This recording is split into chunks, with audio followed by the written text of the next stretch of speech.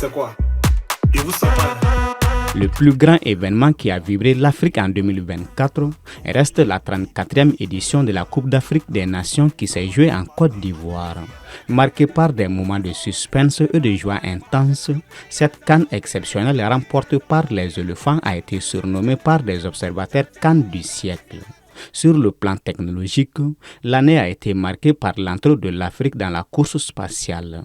Plusieurs satellites africains ont été lancés, dont le Gensat, premier satellite conçu et fabriqué par des ingénieurs sénégalais. Au Sénégal toujours, 2024 a également été une année de transition politique réussie avec l'élection de Bassirou Diomaye Faye à la présidence de la République dès le premier tour.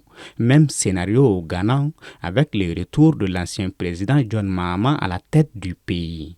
Le Botswana et l'île Maurice ont également connu des transitions politiques exemplaires. Par contre, des tensions diplomatiques ont jailli un peu partout sur le continent.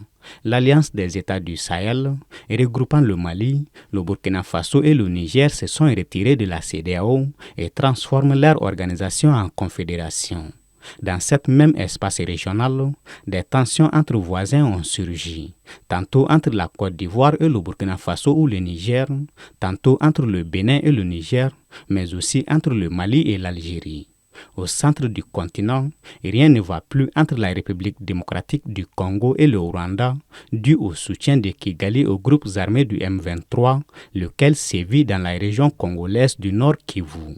La sécurité toujours fragilisée au Sahel reste perturbée par des attaques terroristes, même si des coups durs ont été régulièrement infligés à leur hauteur. Et sur la liste des pays qui ont mis dehors les forces françaises, s'ajoutent désormais le Sénégal et la Côte d'Ivoire qui en ont récemment annoncé.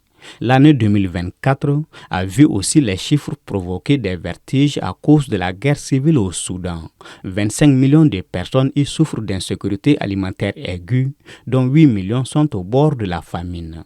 Sur le plan sanitaire, le virus Mpox continue d'affecter l'Afrique centrale et orientale.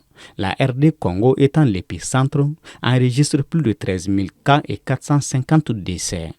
Selon l'OIM, l'année 2024 a aussi enregistré son lot de morts de migrants. Près de 8 000 personnes, majoritairement de l'Afrique subsaharienne, ont péri sur les routes de migration. À cela s'ajoutent les victimes des catastrophes naturelles. Les fortes précipitations et leurs conséquences dévastatrices ont endeuillé l'Afrique centrale et occidentale avec plus de 50 000 morts et déplacés en août 2024.